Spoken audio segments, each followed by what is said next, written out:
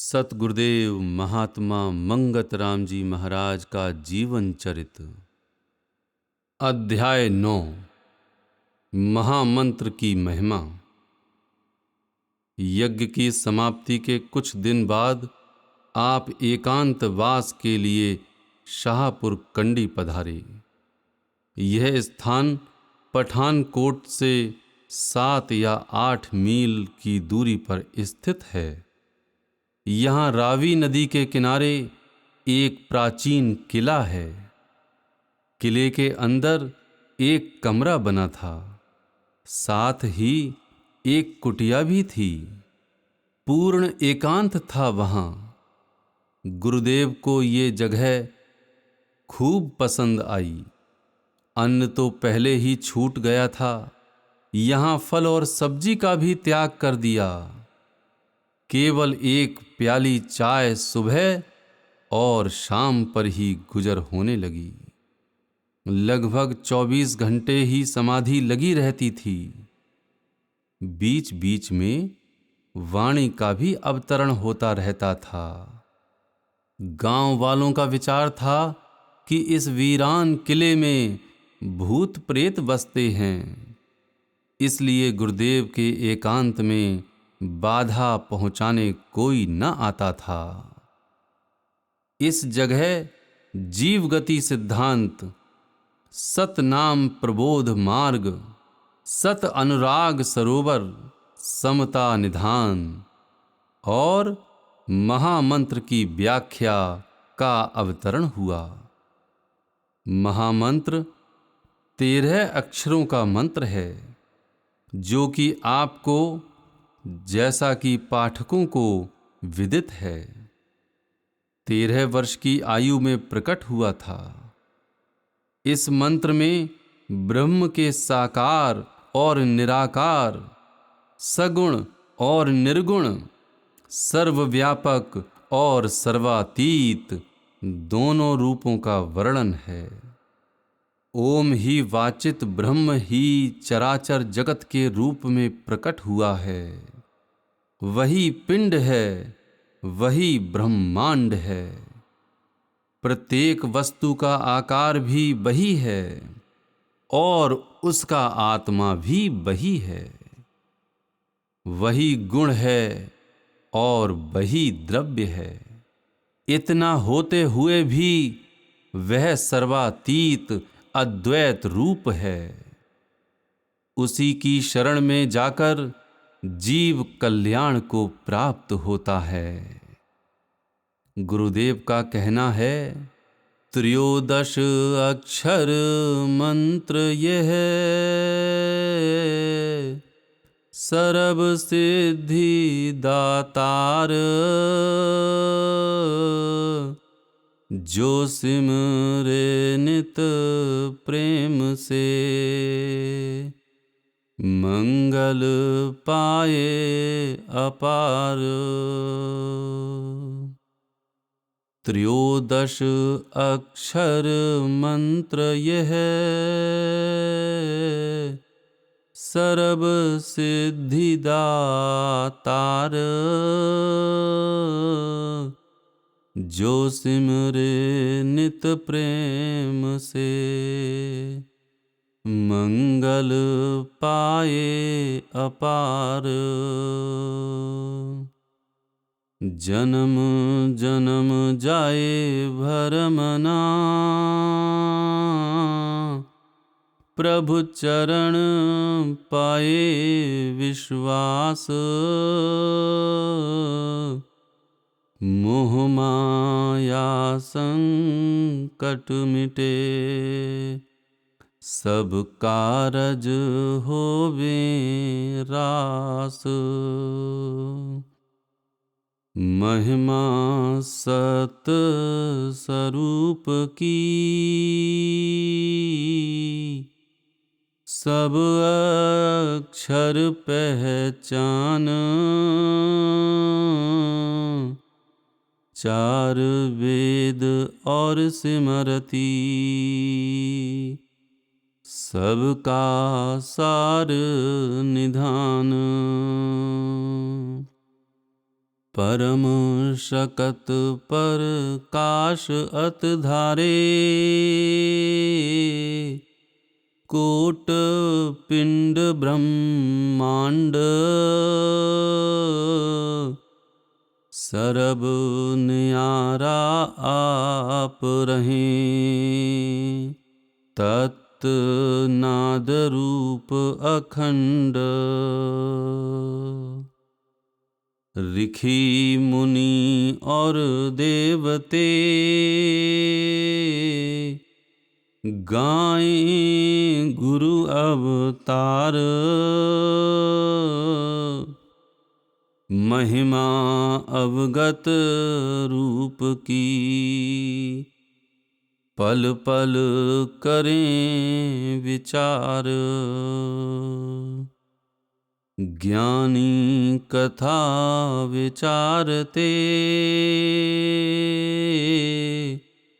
जुग जुग पूरण सार।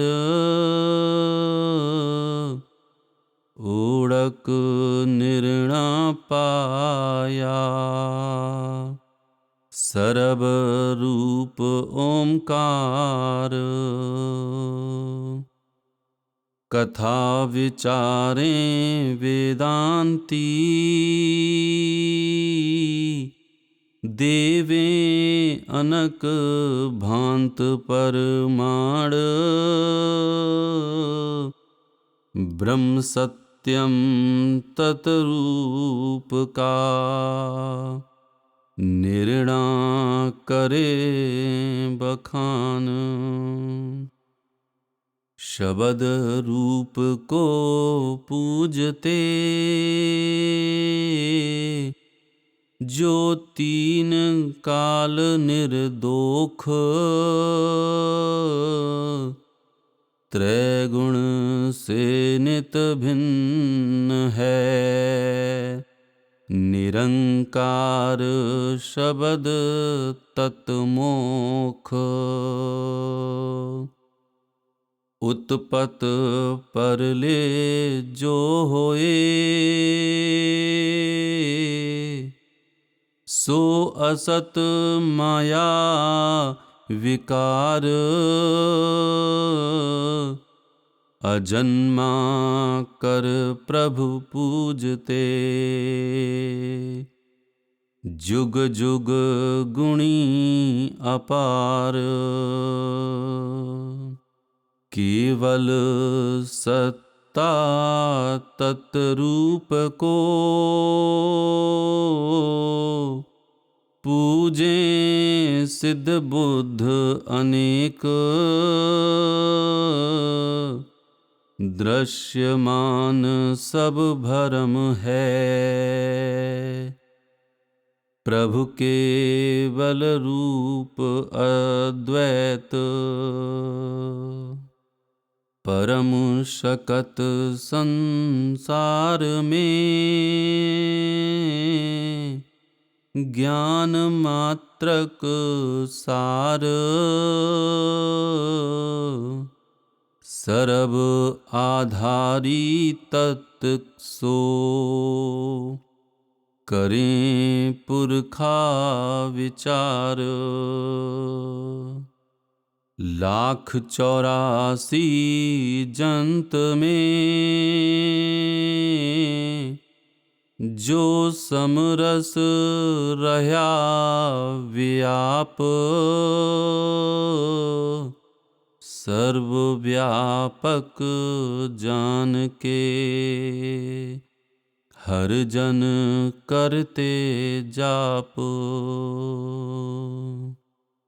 राग द्वेष जाको नहीं शुद्ध स्वरूप त्रैकाल।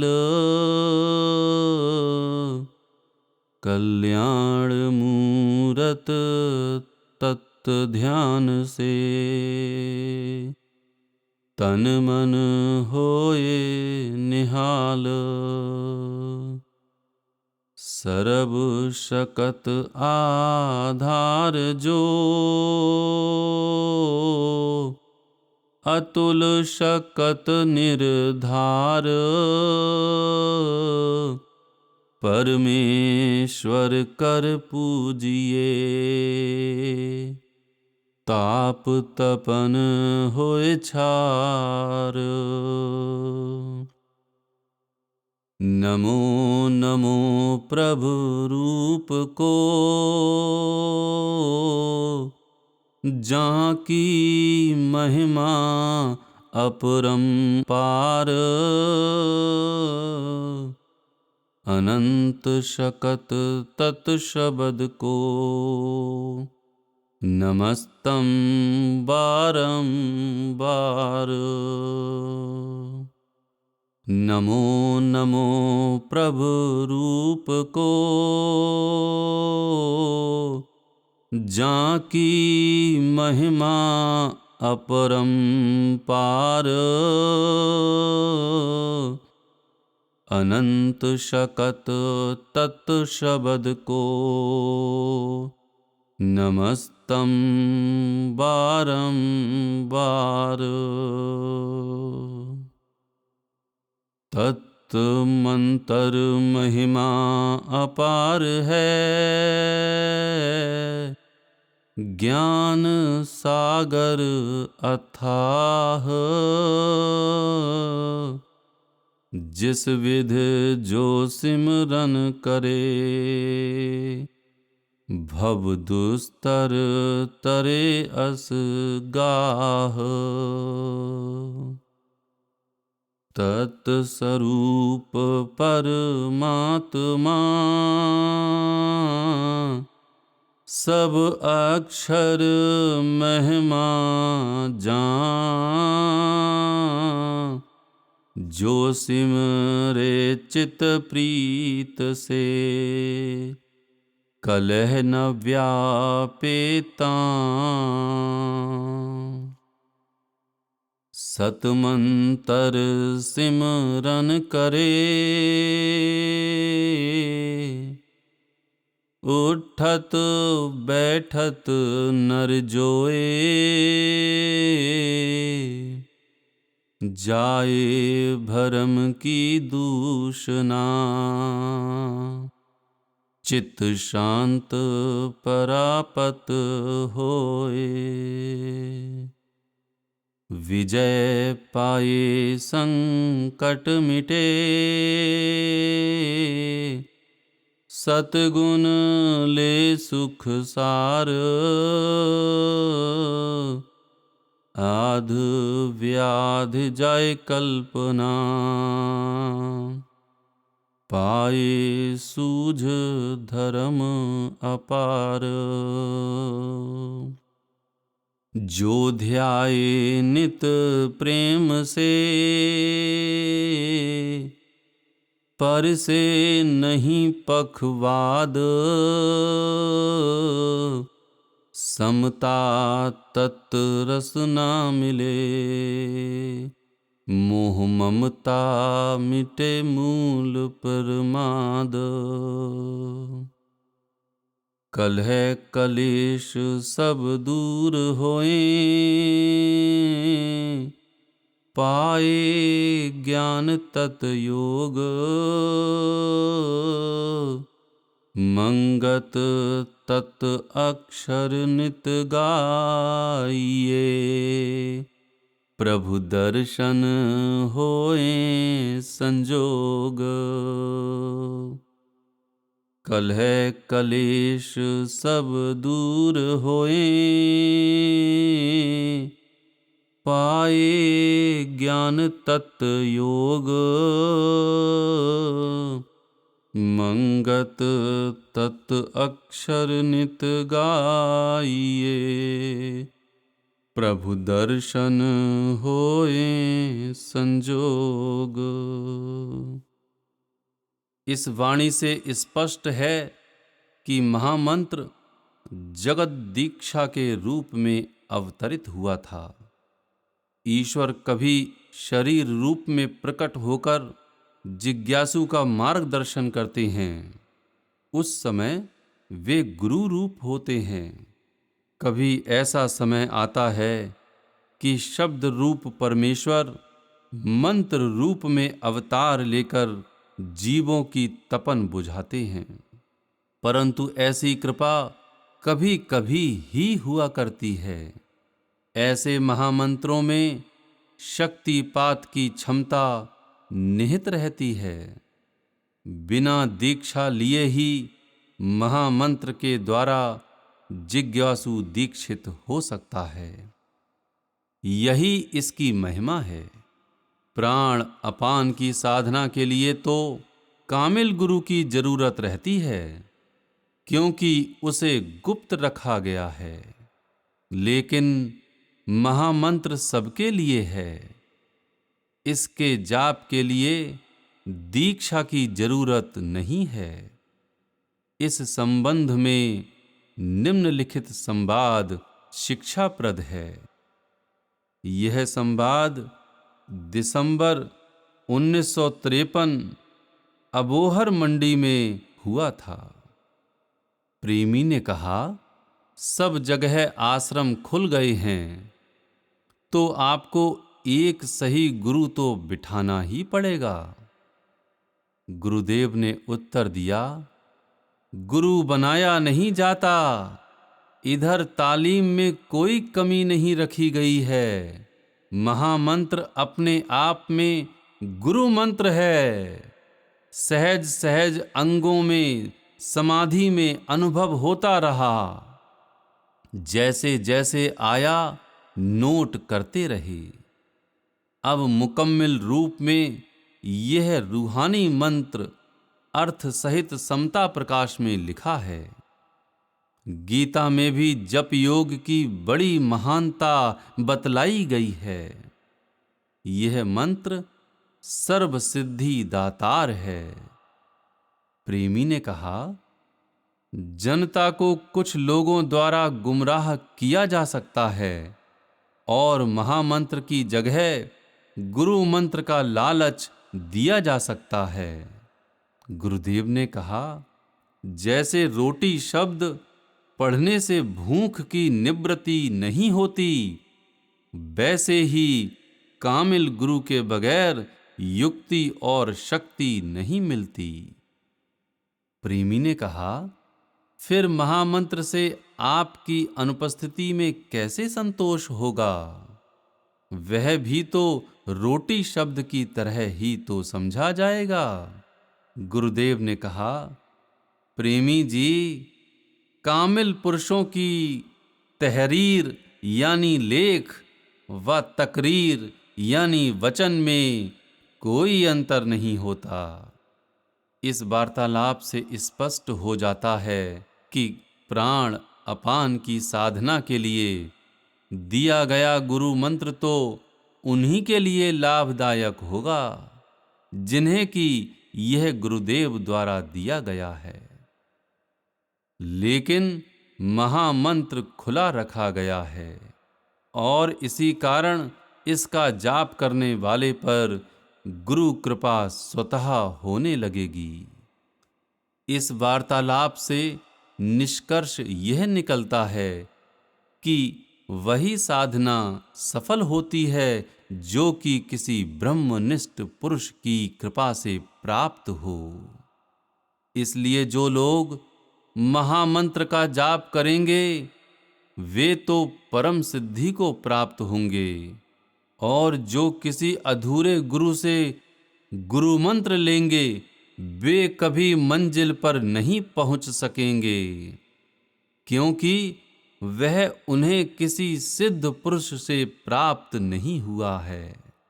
वास्तव में दीक्षा का अर्थ किसी मंत्र विशेष को प्राप्त करना नहीं है, ना ही किसी साधना पद्धति को।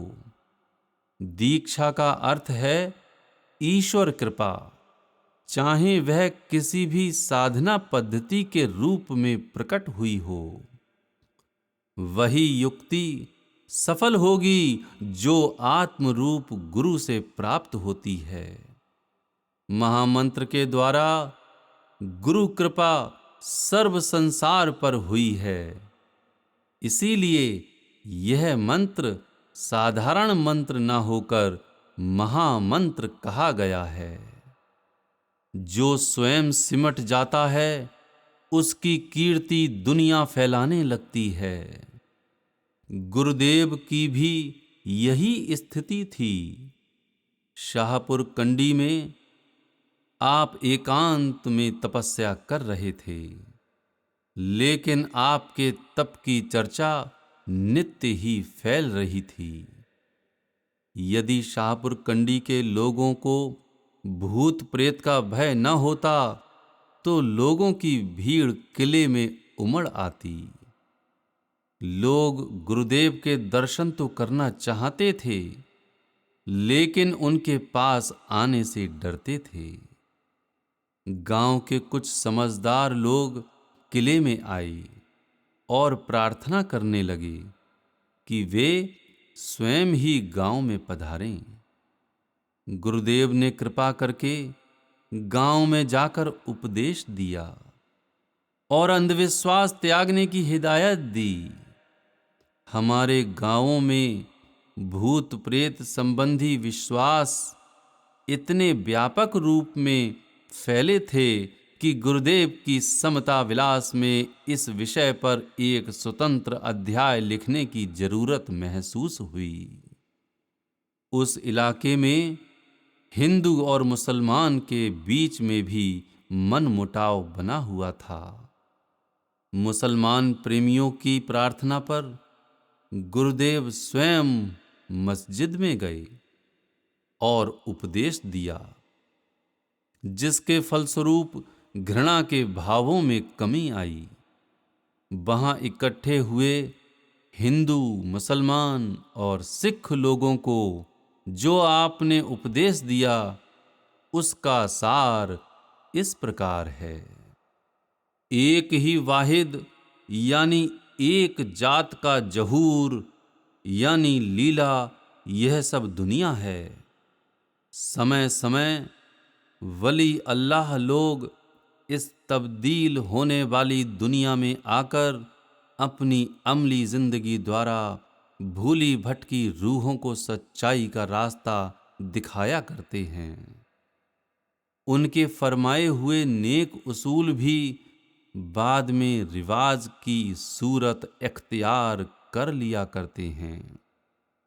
जिस्म के जाहिरी वेशों के धारण करने में इस जीव को निजात नहीं है।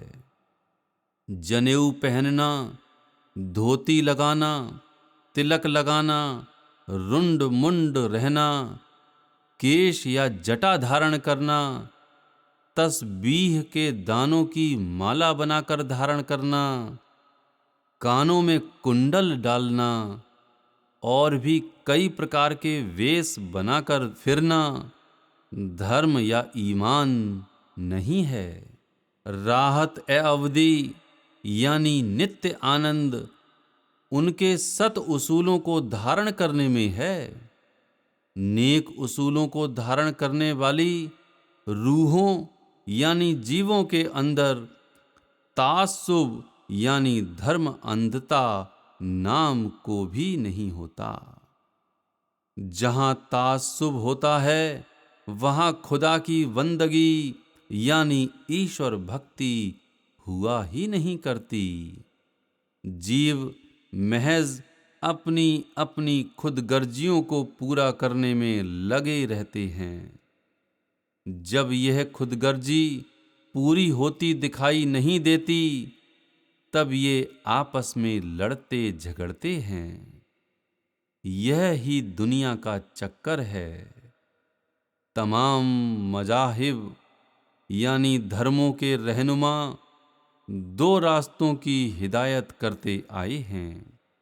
एक लागर्ज फेल यानी निष्काम कर्म का और दूसरा जात ए आला यानी तसब्बुर का। एक परमात्मा की आज्ञा यानी रजा में समय व्यतीत करना है, दूसरा है हालते बेख्वाहिशी प्राप्त करना। खुदी से निजात पाने के लिए ये दो रास्ते ही सभी बंदगान ए खुदा के रास्ते हैं। जब खुदी यानी अहंकार रियाजत यानी तप करते करते खत्म हो जाती है, तब आप ही खुदा यानी मालिक हो जाता है। मन तू शुद्धम तू मन शुद्धि,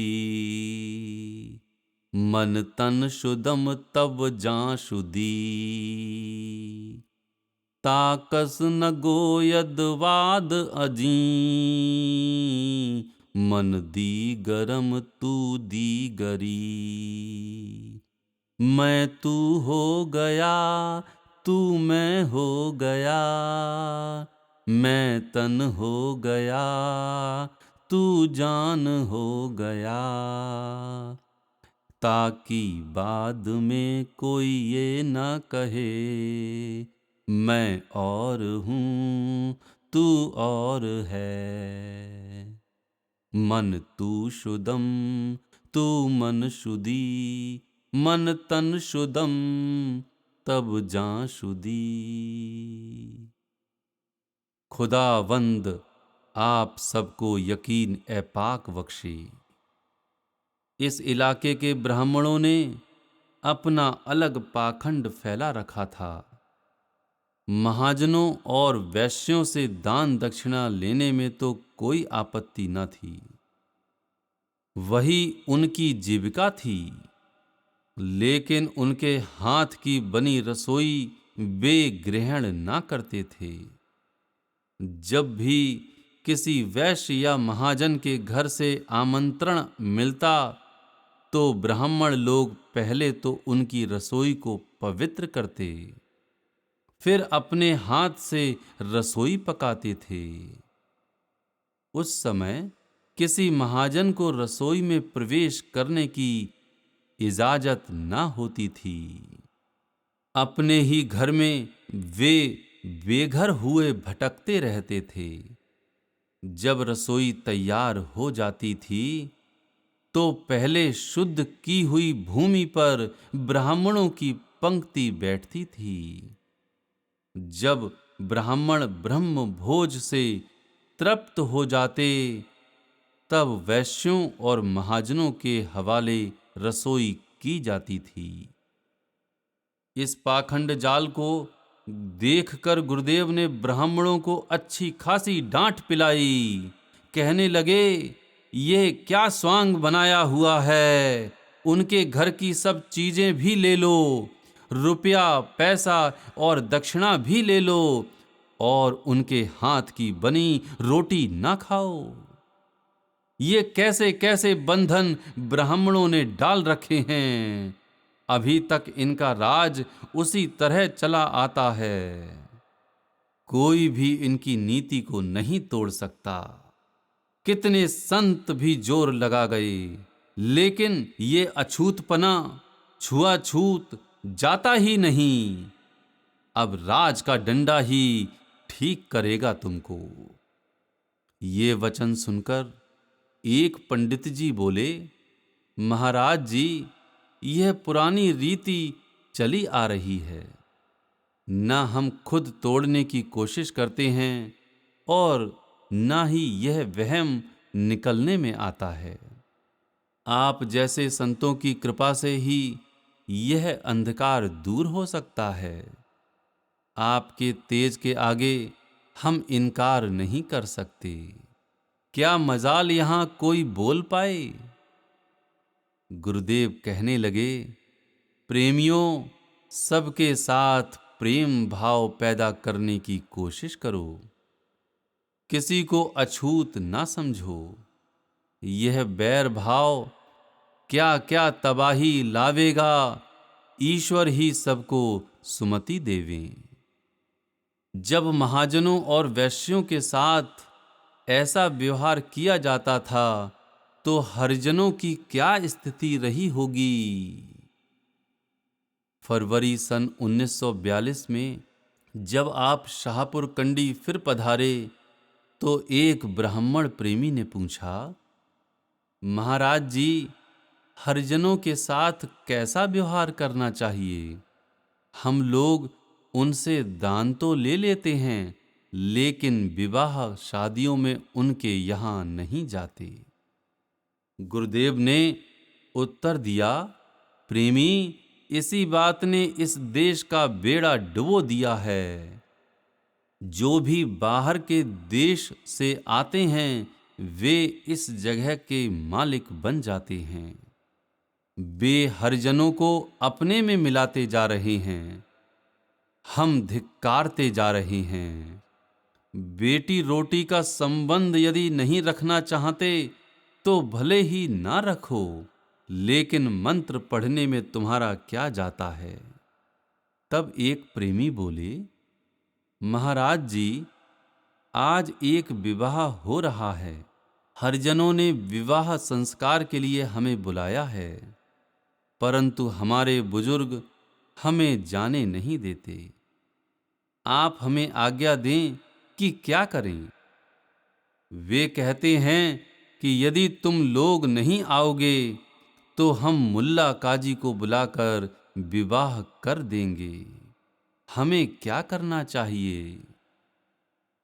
गुरुदेव ने कहा, प्रेमी, 1 मिनट की भी देरी ना करो, किसी की ना सुनो। विवाह करा के उनसे कोई दान दक्षिणा ना लो। निष्काम भाव से सेवा करो। आपस में प्रेम बनाए रखो। जो बिल्कुल शुद्ध भावना वाले हैं, राम कृष्ण का नाम लेने वाले हैं, तुमने उनको अलग कर रखा है। यह कहाँ की नीति है? आपके इन वचनों को सुनकर 2 ब्राह्मण युवक हरिजनों की बस्ती में गए। वहां जाकर पता चला कि उन्होंने कहीं और जगह से पंडित बुलाकर विवाह संस्कार करा लिया है। इन युवकों ने गुरुदेव से अपनी हुई बातचीत की चर्चा उन हरिजनों से की। वे इससे बहुत प्रभावित हुए और दूसरे दिन बड़ी संख्या में आपके दर्शन करने के लिए आ गए। उनमें से एक ने कहा, महाराज जी, हमारा क्या कसूर है जो कि आप लोग हमें पास भी बिठाना नहीं चाहते? क्या हम राम कृष्ण का नाम नहीं लेते? आज तक हिंदू जाति की जितनी रक्षा हरिजनों ने की है, उतनी बड़ी जात वालों ने नहीं की। जब गुरु गोविंद सिंह ने 5 प्यारे बनाए थे तो उनमें कितने बड़ी जात वाले थे। गुरुदेव ने वहां बैठे पंडितों से कहा, सुन रहे हो? जवाब दो। प्रेमियों, अब जमाना रोशनी का है। कुछ अंग्रेजों ने कृपा की और बहुत सा झमेला साफ कर दिया। कुछ गांधी बाबा भी मरण व्रत रखकर आपस में मिला रहे हैं। यह पाकिस्तान वाला झगड़ा जो जिन्नाह ने खड़ा किया है, यह भी कुछ अक्ल ठिकाने लायक। इनको तसल्ली दो ताकि ये लोग आराम से समय काट सकें। वहां उपस्थित पंडित दीनानाथ जी ने उन सबको आश्वासन दिया कि फिर कभी उन्हें इस प्रकार की शिकायत का अवसर नहीं आएगा। इतना सुनकर वे प्रसन्न होकर चले गए। हरिजनों के चले जाने के बाद आपने ब्राह्मणों से कहा, कितना भयानक समय आ रहा है। जो बंधन तुम लोगों ने डाल रखे हैं वे कहाँ कोई प्रेम संबंध बनने देंगे। ये लोग असल में सेवादार हैं। जो तुम लोग गुरु बनकर हलवे मांडे खा रहे हो तो इन्हीं के सर पर खा रहे हो। तुम लोगों को गुरु इसलिए बनाया गया था कि सत और असत का निर्णय करो और उसे क्षत्रियों, वैश्यों और शूद्रों को समझाओ। तुम लोगों को तो तप में समय बिताना चाहिए। रक्षा करने वाले क्षत्रिय थे, धन से सेवा करने वाले महाजन लोग थे। छोटा मोटा कारज यानी कार्य करने वाले ये हरिजन हैं। पांव जो हर समय अच्छी गंदी जगह पर चलने वाले हैं, हरिजनों के समान हैं। क्या इन्हें अलग कर सकते हो? तुम लोग तो महाजनों को भी घृणा करते हो। पंडित जी, अब वह जमाना नहीं रहा। आंखें खोलो, सबको मिलाने वाला पाठ पढ़ाओ। ईश्वर आपको निर्मल बुद्धि बख्शें। उस दिन पंडितों ने गुरुदेव से क्षमा मांगी और आगे से अपने को सुधारने का प्रण लिया। ओम ब्रह्म सत्यम सर्वाधार। ओम ब्रह्म सत्यम सर्वाधार।